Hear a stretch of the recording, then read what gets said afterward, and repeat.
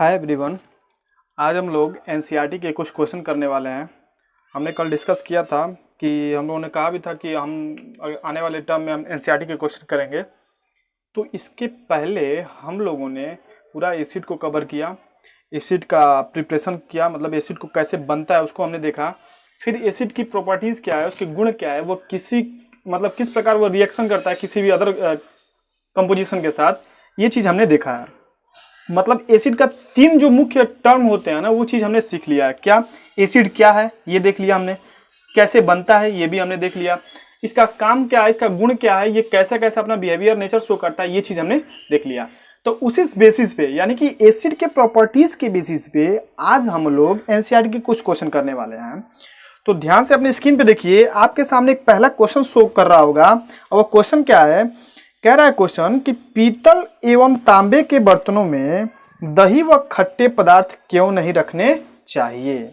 I repeat, फिर से सुनिए क्वेश्चन को। क्वेश्चन क्या है कि पीतल एवं तांबे के बर्तनों में दही एवं खट्टे पदार्थ क्यों नहीं रखने चाहिए।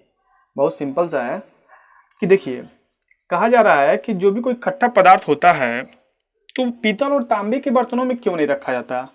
देखिए, हमने इसके जब प्रॉपर्टीज हम इसको पढ़ रहे थे, यानी कि इसका जो प्रॉपर्टीज था वो जब हमने पढ़ा था, प्रॉपर्टीज क्या थी। देखिए, पहला हमने प्रॉपर्टीज इसका पढ़ा था, प्रॉपर्टीज नंबर फर्स्ट जाके देखिएगा, उसमें लिखा गया है क्या कि इसका एक प्रॉपर्टीज था कि यह अम्ल जो है ना, यानी कि एसिड जो है वो मेटल के साथ रिएक्शन करने के बाद से, यानी मेटल के साथ अभिक्रिया करने के बाद से किस प्रकार अपनी प्रतिक्रिया को व्यक्त करता है, यानी अपने कौन से गुण को शो करता है। तो हम लोगों ने देखा था, क्या देखा था कि जैसे मान लीजिए हमने यहाँ पे जिंक लिया और जिंक जब एसिड से अभिक्रिया किया, यानी हमने एसिड यहाँ पे ले लिया HCl, ध्यान से सुनिए, यह जब अभिक्रिया करने के बाद से बना क्या, जिंक क्लोराइड, यानी ZnCl2, और हाइड्रोजन गैस यहाँ से क्या हो गया, लिबरेट हो गया। देखिए यहाँ पे हमने क्या लिया है, जिंक लिया है। जिंक भी एक प्रकार का धातु है, लेकिन क्वेश्चन में आपसे कह रहा है कि सपोज करिए, कह रहा है क्या कि तांबे के बर्तनों में दही और खट्टे पदार्थ क्यों नहीं रखने चाहिए। तांबा का मतलब होता है कापर। भाई जब कापर जब हमने यहाँ पे ले लिया और खट्टे पदार्थ, इसका यानी कि अम्ल का गुण भी होता है क्या, खट्टा। अरे हम लोगों ने पहले दिन डिस्कस किया था कि अम्ल उसको कहते हैं जो स्वाद में खट्टा होता है, यानी खट्टा अगर कोई भी पदार्थ है तो समझ लीजिएगा उसमें अम्ल है।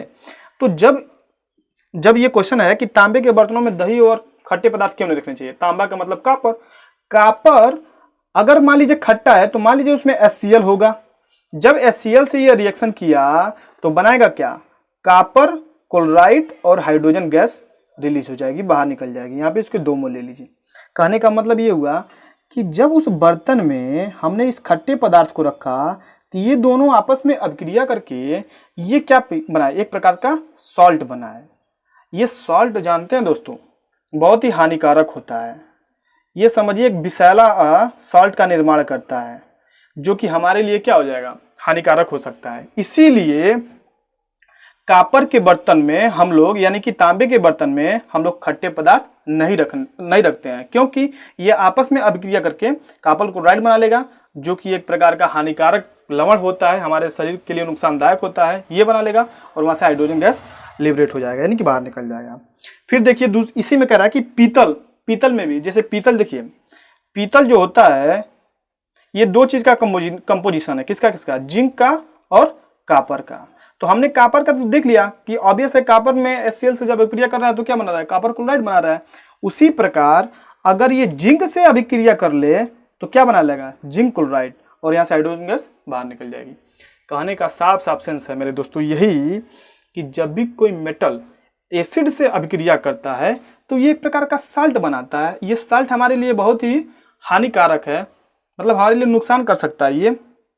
तो ये साल्ट जब बना लेगा तो ये साल्ट जो कि हानिकारक है और इसका उपयोग हम नहीं कर सकते, और यहाँ से हाइड्रोजन गैस क्या हो जाएगी, बाहर निकल जाएगी।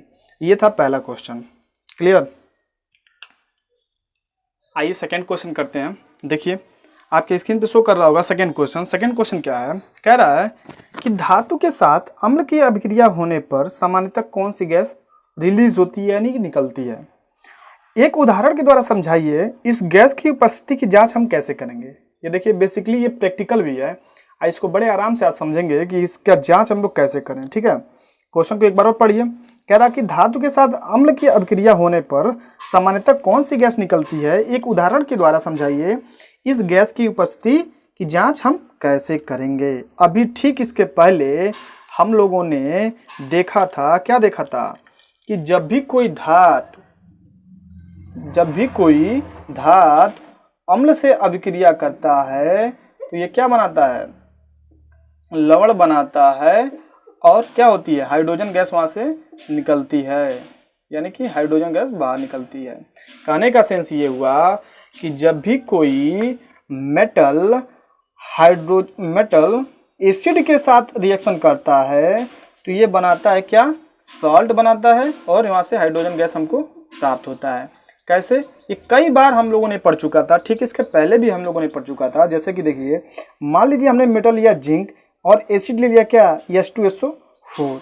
जब इससे अभिक्रिया किया तो देखिए हमने कहा था कि बॉन्ड ब्रेक होता है, इसके ऊपर क्या हो जाएगा, -2 का हो जाएगा, तो ये बनेगा क्या, ZnSO4, और हाइड्रोजन गैस यानी कि H2 क्या हो जाएगा, वहां से बाहर रिलीज हो जाएगा। फिर एक और एग्जाम्पल के थ्रू समझते हैं। जैसे मान लीजिए हमने यहाँ पे ले लिया क्या, मैग्नीशियम ले लिया, और मैग्नीशियम के साथ जब एसिड यानी कि HCl हमने यहाँ पे ले लिया, इसका हमने रिएक्शन करवाया तो यहाँ पे बना क्या, MgCl2, और हाइड्रोजन गैस बाहर रिलीज हो गई। यहाँ पे 2 मोल इसके ले लीजिए। कहने का सेंस ये है कि जब भी धातु के साथ अम्ल अभिक्रिया करता है, यानी मेटल के साथ जब एसिड अभिक्रिया करता है, रिएक्शन करता है, तो सॉल्ट बनता है और हाइड्रोजन गैस रिलीज होती है। अब इसमें जो अगला क्वेश्चन है ना, वो कह रहा है कि एक उदाहरण के द्वारा समझाइए। तो उदाहरण तो हमने दे ही दिया, लेकिन उसके बाद ये कह रहा है कि इसकी उपस्थिति की जांच कैसे करेंगे। इसका क्या करना है, हमको जांच करना है कि कैसे हम लोग ये बताएं कि यहाँ पे हाइड्रोजन गैस निकल रहा है। मान लीजिए हाइड्रोजन तो आपको दिखेगा नहीं, तो कैसे पता करेंगे कि ये हाइड्रोजन गैस यहाँ से बाहर रिलीज हो रही है, किस बेसिस पे हम लोग बोल देते हैं। देखिए, साल्ट तो बेसिकली हमको मान लीजिए दिख जाएगा, लेकिन हाइड्रोजन एक प्रकार का गैस होता है, वो बाहर रिलीज हो जाएगा, निकल जाएगा, ये हमको दिखेगा नहीं। तो किस बेसिस पे हम लोग कह देते हैं कि हाइड्रोजन गैस रिलीज होती है। तो देखिए, केमिस्ट्री यानी जो होता है ये केमिकली होता है, यानी ये प्रैक्टिकली बेस है, प्रैक्टिकल के तौर पे इसको देखा जाता है। तो इसका एक फिनोमिना है, इसका एक प्रोसीजर है, जिसके थ्रू हम लोग समझेंगे कि हाइड्रोजन गैस कैसे रिलीज होता है। क्लियर। आइए देखते हैं कि हाइड्रोजन गैस का कैसे हम लोग जांच करेंगे, यानी कि हाइड्रोजन गैस की उपस्थिति का कैसे पता करेंगे। देखिए, ये आपके सामने ये एक प्रकार का स्टैंड है, जो कि एक प्लेन में इसको स्टैंड किया गया है, मतलब कसा गया है, एक कह सकते हैं कि एक तल पे इसको कसा गया है, यहाँ पे स्टैंड पे इसको कसा गया है। इस स्टैंड के साथ ही एक परख नली, जिसको हम लोग टेस्ट ट्यूब भी कहते हैं, इसको हमने ऐड कर दिया है, मतलब यहाँ पे बना दिया है। ये एक प्रकार का प्रोसीजर है, इसको देख लीजिए हल्का सा। अब देखिए, हमने कहा कि जब भी कोई मेटल, अब इस देखिए इस टेस्ट ट्यूब में हमने कुछ एसिड के सोल्यूशन ले लिए, मतलब एसिड का कुछ विलयन ले लिया। कौन सा एसिड लिया भाई, H2SO4। ये हमने क्या ले लिया, एसिड ले लिया। कौन सा एसिड लिया, एसिड हमने लिया है H2SO4, ये हमने एसिड ले लिया। जब इस एसिड के सोल्यूशन में हमने जिंक के दानेदार, धातु के दानेदार कुछ कण इसमें जब हमने डाले, तो हम जानते हैं कि क्या बनेगा, सॉल्ट बनेगा, और सॉल्ट बनने के बाद से क्या होगा, हाइड्रोजन गैस लिबरेट होगा, यानी कि हाइड्रोजन गैस प्राप्त होगा। तो जब ये एसिड और जिंक आपस में रिएक्शन किए, तो जो ये साल्ट का फॉर्मेशन हुआ, ये तो इसके नीचे चला गया, ये नीचे आके बैठ गया। लेकिन हमने एक चीज और बोलते हैं क्या, यहाँ से हाइड्रोजन गैस बाहर निकलती है। तो वो कैसे निकलती है, देखिए, अब यहाँ से एक पाइप के द्वारा हमने इसको ऐड कर दिया, जोड़ दिया। यहाँ पे एक चीज आपको दिख रहा होगा, प्लेट नुमा। इस प्लेट में हमने क्या किया कि इसमें ले लिया क्या, बेस के कुछ सोल्यूशन। बेस का मतलब साबुन, जानते हो आप लोग ना, साबुन, वही। मान लीजिए हमने क्या ले लिया, NaOH का कोई सोल्यूशन ले लिया, बेसिक मीडियम यहाँ पे ले लिया इसको। तो जैसे इस ग्लास में यहाँ से हाइड्रोजन गैस निकल के आएगा, तो इस बेसिक मीडियम में हम जानते हैं कि गैस जब भी निकलता है तो बबल्स के फॉर्म में निकलता है। अरे जब लिक्विड में हम लोग गैस को प्रवाहित करेंगे, जब गैस यहाँ से आएगी, तो यहाँ से जब गैस बाहर निकलेगी तो ये बबल्स के फॉर्म में ही बाहर निकलेगी, यानी हाइड्रोजन गैस इस ग्लास में रुकेगा नहीं, बाहर निकल जाएगा। तो जैसे ही हाइड्रोजन गैस बाहर निकला बबल्स के रूप में, तो इसको चेक करने के लिए हमने यहाँ पे एक मोमबत्ती ली, और यहाँ पे मोमबत्ती जैसे इस बबल्स के सामने आया, एक विस्फोटक सी आवाज उत्पन्न हो गई। किस प्रकार का विस्फोटक? क्यों? क्योंकि हम लोग कहते हैं कि हाइड्रोजन जो होता है वो फ्यूचर का फ्यूल है। क्या है? फ्यूचर का फ्यूल है। तो ये बहुत मतलब ज्वलनशील होता है। तो जैसे इस मोमबत्ती को हमने इस बबल्स के सामने लेके आए हम, तो देखा कि यहाँ की विस्फोट की आवाज है, यानी कि फट फट की आवाज आती है। तो इससे ये पता चलता है कि यहाँ पे हाइड्रोजन गैस क्या है? प्रेजेंस है, यानी कि हाइड्रोजन गैस यहाँ पे उपस्थित है। क्लियर? यही इसका प्रैक्टिकल था। एक बार और समझ लीजिए। इस टेस्ट ट्यूब में हमने क्या लिया? कुछ जिंक के दाने लिए और इसमें H2SO4 मिलाया, यानी कि सल्फ्यूरिक एसिड मिलाया। जब ये दोनों आपस में रिएक्शन किए तो सॉल्ट बना और हाइड्रोजन गैस निकल गया। इसी हाइड्रोजन गैस का हमको जांच करना है कि हाइड्रोजन गैस है कि नहीं है।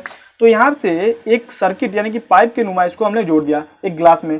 जब ये गैस बाहर अंदर आई इस ग्लास में, चूंकि ये बेसिक मीडियम है, तो बेसिक मीडियम है तो हम लोग जानते हैं कि ना पहले हम लोगों ने प्रयोग क्या करते थे, क्या कि साबुन का घोल ले लेते थे और मुंह में एक पाइप लगाकर और उसको फूका करते थे, तो एक बबल्स के रूप में यहाँ से बाहर निकलता था। अरे यही तो था बचपन वाली कहानी। इसमें साबुन का हल्का सा या सरफ का हल्का सा घोल ले लेते थे और यहाँ से एक पाइप से डालकर इसको हम लोग फूका करते थे। तो फूकने के बाद से कैसा निकलता था? कुछ इस प्रकार का शेप आकार का वो निकलता था। तो वही यहाँ से क्या करेगा? निकलना शुरू कर देगा। कौन? ये हाइड्रोजन गैस। तो जब ये हाइड्रोजन गैस यहाँ से निकला तो हाइड्रोजन गैस को हम लोग बोलते हैं फ्यूचर का फ्यूल, यानी कि बहुत अच्छा ईंधन है, बहुत तेज जलता है। तो ये क्या हुआ? जैसे हम इसकी मोमबत्ती इसके सामने लेके आए, ये तुरंत विस्फोट होना चालू कर दिया, यानी कि जलना शुरू कर दिया। किस प्रकार? बहुत तेजी से। इसीलिए कहते हैं कि जब भी किसी बबल्स में फट फट की आवाज आने लगी तो समझ लीजिएगा उस बबल्स में हाइड्रोजन गैस है। क्लियर? तो ये था इसका प्रैक्टिकल। कैसे हम लोग पता करें? इस प्रकार का एक प्रोसीजर होता है जिसके थ्रू हम लोग पता कर सकते हैं कि हाँ इसमें हाइड्रोजन गैस क्या है? प्रेजेंस है। क्लियर?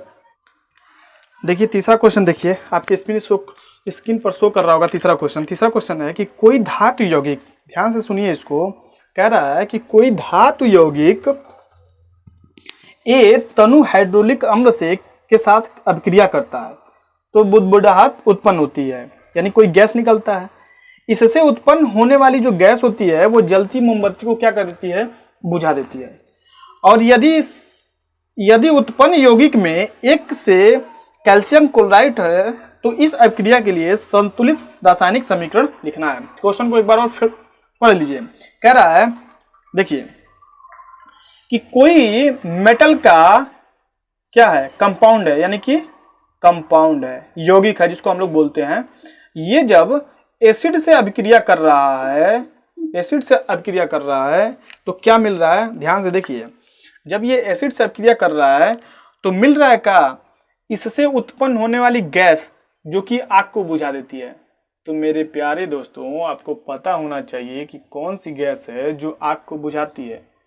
आप लोगों ने देखा होगा कि पेट्रोल पंप पे या जितने भी मतलब जहाँ पे कुछ लाइटिंग वाइटिंग का काम होता है वहाँ पे एक सिलेंडर रखा जाता है, लाल कलर की कुछ सिलेंडर होती है। उसमें कौन सा गैस होता है? कार्बन डाइऑक्साइड गैस होता है। ये हम कह सकते हैं कि ये कार्बन डाइऑक्साइड जो गैस है ये आग को बुझाने का काम करती है। कैसे? क्योंकि ये बहुत ही भारी गैस होती है। इसका वजन क्या होता है? भारी होता है। तो जब ये भारी होता है तो हम जानते हैं आग जलता है किसके कारण? ऑक्सीजन के कारण। तो ये भारी होता है, तो जैसे ही कार्बन डाइऑक्साइड ऊपर से नीचे आता है तो अपने दबाव के कारण इस ऑक्सीजन को क्या कर देता है? ऊपर की ओर ढकेल देता है, यानी कि धक्का दे देता है। तो कार्बन डाइऑक्साइड क्या करता है? उस गैस को बुझाने का काम करता है।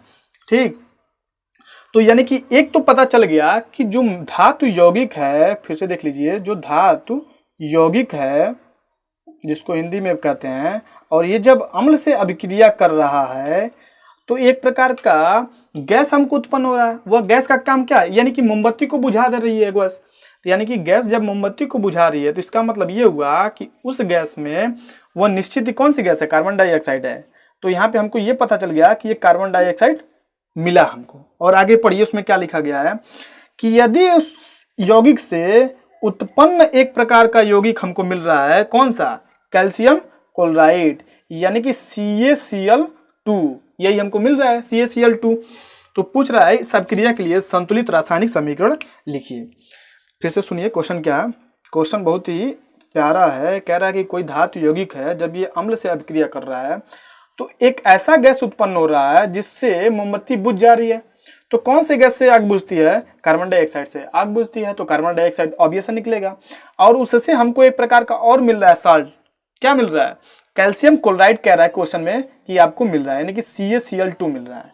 तो कह रहा है इसके लिए आपको रासायनिक समीकरण लिखना है। तो एक चीज आपको बस यही पता करना है कि कौन सा धातु का यौगिक लें जो अम्ल से अभिक्रिया करने के बाद से कार्बन डाइऑक्साइड और कैल्शियम क्लोराइड दे दे। अब यहीं पे दिमाग लगाना है दोस्तों। क्या करना है? देखिए, धातु यौगिक कैल्शियम क्लोराइड यानी कैल्शियम का कोई यौगिक होगा, मतलब धातु तो ऑब्वियस होगा कि क्या होना चाहिए? कैल्शियम होना चाहिए। ठीक, अब देखिए यहां से Cl2 निकला है, तो यानी एसिड जो अम्ल है, तो हम लोग Cl किस अम्ल में मिलता है? HCl में मिलता है। और वह कितना निकला है? 2 मोल निकला है, मतलब 2 HCl निकला है। तो ऑब्वियस है कि अम्ल के साथ हम लोग 2 मोल ऑफ HCl लेंगे। क्लियर? अब ध्यान से सोचिए, देखिए यहाँ पे CO2 निकला है, तो कौन सा कैल्शियम, मतलब कौन सा यौगिक बनता है जिसके साथ कैल्शियम रहता है? अब यहाँ पे सोचने वाली बात है। यानी कि देखिए यहां से CO2 तो निकल चुका, हमको ये भी पता चल गया कि जो धातु है वो कैल्शियम है, लेकिन इसके साथ यौगिक यानी इसके साथ और कौन जुड़ा है ये हमको नहीं पता। लेकिन यहां से ये जरूर पता चल गया, यहाँ पे कार्बन डाइऑक्साइड गैस निकली है, यानी इसी के समकक्ष में कोई हमारा यौगिक होना चाहिए। तो कैल्शियम का कुछ ऐसा यौगिक सोचिए जिसमें CO2 या CO3 होता है। तो हम जानते हैं कैल्शियम का एक यौगिक होता है, कौन सा? Calcium carbonate CO3। तो यहाँ पे क्या होगा? CO3। अब देखिए ये प्रॉपर्टीज है, इसीलिए पहले हम लोग प्रॉपर्टीज को अच्छे से पढ़े थे। अब ये प्रॉपर्टीज है। अब सोचिए, कैल्शियम यानी धातु का जो कार्बोनेट होता है वो अम्ल से जब अपक्रिया करता है तो धातु का लवण बनाता है। तो यानी कि यहाँ से कैल्शियम निकला और यहाँ से Cl निकला, तो CaCl2 बाहर निकल गया। और 2 चीज और निकलता है, क्या? कार्बन डाइऑक्साइड और H2O। क्लियर? तो देखिए इसके लिए रासायनिक समीकरण हमारा यही है कि कैल्शियम कार्बोनेट जब HCl के साथ अपक्रिया करेगा, तो ये तो दिया है आपको कैल्शियम क्लोराइड, और वहां पे क्या? कार्बन डाइऑक्साइड गैस बाहर निकल रही है, उसके साथ साथ हमको क्या मिलेगा? यानी कि H2O भी मिलेगा। तो ये एक प्रकार का संतुलित समीकरण हो गया।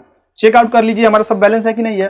तो देखिए यहाँ पे कैल्शियम 1 है, यहाँ पे भी कैल्शियम 1, 2 Cl यहाँ पे, तो 2 Cl यहाँ पे।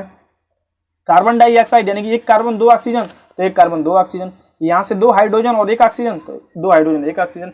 यानी तीसरा क्वेश्चन भी हमारा क्या हुआ? सॉल्व आउट हुआ। क्लियर? ये थे एनसीईआरटी के 3 क्वेश्चन जो आज हम लोगों ने डिस्कस किया। इसके नेक्स्ट वीडियो में हम लोग बेस के ऊपर डिस्कस करेंगे। तब तक के लिए टेक केयर, बाय बाय।